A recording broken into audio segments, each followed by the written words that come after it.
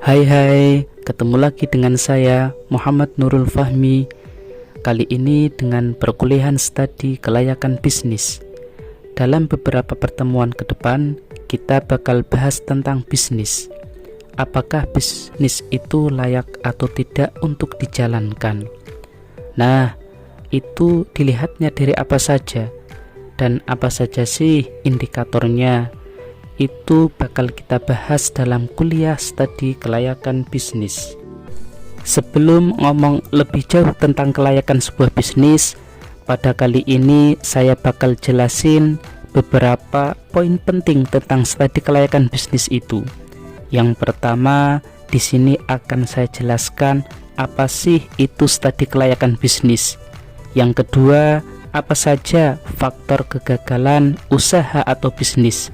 Dan yang ketiga, manfaat bisnis itu apa? Oke, sekarang yang keempat, lembaga-lembaga yang memerlukan studi kelayakan bisnis. Dan yang kelima adalah bagaimana sih tahapan dalam studi kelayakan bisnis. Dan yang terakhir yaitu aspek-aspek penilaian bisnis. Oke, kita masuk saja ke pengertian studi kelayakan bisnis.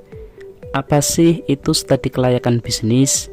Studi kelayakan bisnis yaitu ia mempelajari secara mendalam tentang usaha atau bisnis yang akan dijalankan. Apakah akan memberikan manfaat yang lebih besar dibandingkan dengan biaya yang dikeluarkan?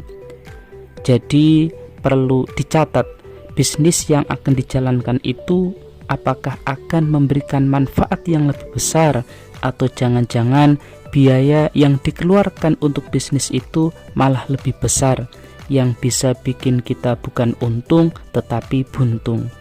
Itulah pentingnya kita belajar studi kelayakan bisnis. Jadi pas teman-teman sudah jadi sarjana terus mau merintis sebuah usaha, maka kalian bisa melakukan studi kelayakan bisnis dulu untuk rencana usaha tersebut. Untung nggak kira-kira? Jangan asal main eksekusi saja tanpa perhitungan yang jelas dan matang.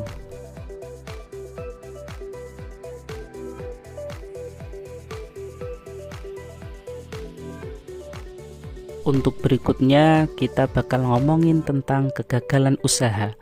Apa saja sih yang buat kegagalan usaha itu? Nah, di sini ada beberapa faktornya. Yang pertama yaitu data dan info itu tidak lengkap. Misalnya, data-data itu adalah data biaya-biaya produksi harga dan lain-lain.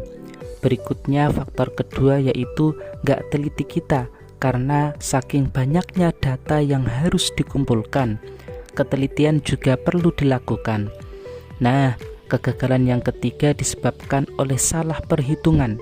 Meski sekarang udah banyak alat hitung yang memudahkan perhitungan, tapi kalau salah hitung, bisnis kita juga bisa gagal. Jadi, tolong hati-hati dalam perhitungan. Berikutnya, pelaksanaan pekerjaan yang salah. Karena tahap pelaksanaan yang salah juga bisa membuat kegagalan bisnis kita.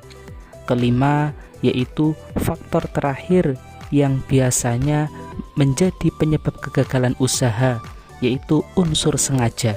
Loh, kok ada? Ya ada. Misalnya gini, ada tenaga kerja kita yang gak pengen usaha kita berhasil. Jadi mereka melakukan tindakan yang tidak terpuji sehingga bisnis kita menjadi gagal. Oke, itulah 6 faktor yang menyebabkan bisnis kita bisa gagal. Nah, yang berikutnya sebagai tambahan yaitu kondisi lingkungan. Kondisi lingkungan itu seperti cuaca dan iklim ataupun kondisi sosial masyarakat juga sangat menentukan keberhasilan bisnis kita. Kita masuk kepada manfaat bisnis. Nah, ada beberapa manfaat kalau kita memulai bisnis atau usaha. Yang pertama, memperoleh keuntungan. Kalau ini ya jelas dong, orang bisnis tentu pasti maunya untung. Masa ada pembisnis maunya rugi, kan nggak mungkin. Manfaat yang kedua yaitu manfaat ekonomi. Manfaat ekonomi ini seperti memperoleh pendapatan atau kesejahteraan dengan berbisnis. Tentu dengan keuntungan yang kita peroleh akan ada pendapatan yang kita peroleh. Dan kita tahu bahwa pendapatan menjadi salah satu faktor kesejahteraan penduduk. Berikutnya yaitu membuka isolasi wilayah. Kalau bisnis itu menjadi sentra ekonomi suatu wilayah, bisa membuka isolasi terhadap wilayah tersebut. Misal, dengan adanya kegiatan bisnis pariwisata, maka akses jalan ke wilayah tersebut bisa saja diperbaiki, sehingga yang mungkin awalnya wilayah tersebut susah diakses menjadi lebih mudah dijangkau oleh semua orang. Berikutnya, manfaatnya adalah membuka peluang pekerjaan.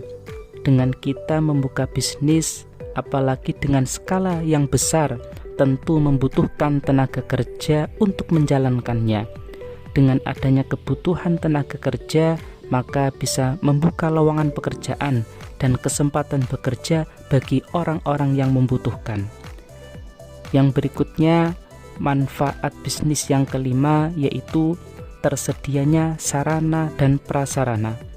Adanya bisnis juga akan mendorong tersedianya sarana dan prasarana di sekitar bisnis tersebut. Manfaat bisnis yang terakhir yaitu meningkatkan persatuan dan membantu pemerataan pembangunan. Kebayangkan kalau seandainya semua mahasiswa yang baru wisuda terus mereka pulang kampung dan mereka membangun bisnis atau usaha, tentu akan berdampak pada perekonomian kampungnya masing-masing. Kalau semua itu dilakukan oleh para sarjana, pasti bisa membantu pemerataan pembangunan ekonomi Indonesia. Jadi itulah nama manfaat bisnis yang bisa saya jelaskan, semoga paham ya. Oke, berikutnya yaitu lembaga yang memerlukan studi kelayakan bisnis. Emang ada yang membutuhkan? Jangan-jangan cuma kuliah studi kelayakan bisnis, tapi enggak ada yang membutuhkan? Ada loh. Nah, apa saja sih lembaga yang memerlukan studi kelayakan bisnis? Yang pertama yaitu tentunya investor. Studi kelayakan bisnis menjadi masukan yang berguna. Apakah dana yang ditanamkan akan memberikan keuntungan atau tidak? Karena sudah mengkaji berbagai aspek seperti aspek pasar, teknis, sosial, budaya, ekonomi, hukum, dan lingkungan. Sehingga ini bisa jadi dasar bagi investor untuk membuat keputusan investasi secara objektif. Kemudian yang kedua, lembaga yang membutuhkan yaitu kreditur atau bank. Studi kelayakan bisnis dipakai untuk melakukan penilaian terhadap segi keamanan dana yang dipinjamkan. Apakah bisnis mempunyai kemampuan untuk mengembalikan atau tidak? Perhatian kreditur selain terhadap aspek-aspek kelayakan juga pada periode pengembalian investasi atau pinjaman, istilahnya payback period. Nah, lembaga yang ketiga yaitu pemerintah. Studi kelayakan bisnis ini juga bisa dipakai untuk menilai manfaat bisnis bagi perekonomian nasional. Apakah bisnis tersebut dapat meningkatkan pendapatan daerah atau negara atau dapat manfaat bagi masyarakat secara keseluruhan. Dan lembaga terakhir membutuhkan studi kelayakan bisnis yaitu masyarakat. Hasil studi kelayakan bisnis merupakan suatu peluang untuk meningkatkan kesejahteraan dan perekonomian rakyat, baik yang terlibat langsung maupun muncul diakibatkan adanya nilai tambah sebagai akibat dari adanya bisnis tersebut. Oke, ada 4 ya lembaga yang membutuhkan studi kelayakan bisnis. Tolong kalian pahami ya. Berikutnya tahapan dalam studi kelayakan bisnis. Tahapannya yaitu mulai dari pengumpulan data, pengolahan data, analisis data, dan mengambil keputusan apakah bisnis tersebut layak atau tidak layak. Berikutnya direkomendasikan jika bisnis tersebut layak. Kalau tidak layak, itu kembali ke tahap awal, yaitu mulai dari pengumpulan data.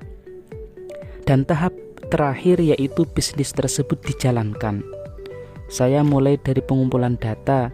Data yang dikumpulkan itu terkait data biaya apa saja yang kita keluarkan untuk menjalankan bisnis tersebut, seperti harga perkiraan produksi dan lain-lain. Kemudian data itu masuk ke pengolahan data. Data diolah dan kemudian dianalisis. Alat analisis yang biasanya digunakan dalam studi kelayakan bisnis yaitu PP, Payback Period, ARR, IRR, NPV, PI, dan Break-Even Point. Nah, itu alat analisis yang digunakan dalam studi kelayakan bisnis. Semua alat analisis itu akan kita pelajari di pertemuan mendatang. Kemudian setelah dianalisis, kita ambil keputusan apakah bisnis itu layak atau enggak berdasarkan beberapa indikator alat analisis tadi yang saya jelaskan. Kalau enggak layak, ya kita enggak lanjutkan. Tapi kalau layak, berarti bisa kita rekomendasikan, kemudian dijalankan. Nah, itulah tahapan dalam studi kelayakan bisnis. Semoga kalian bisa memahaminya. Berikutnya, aspek-aspek penilaian bisnis.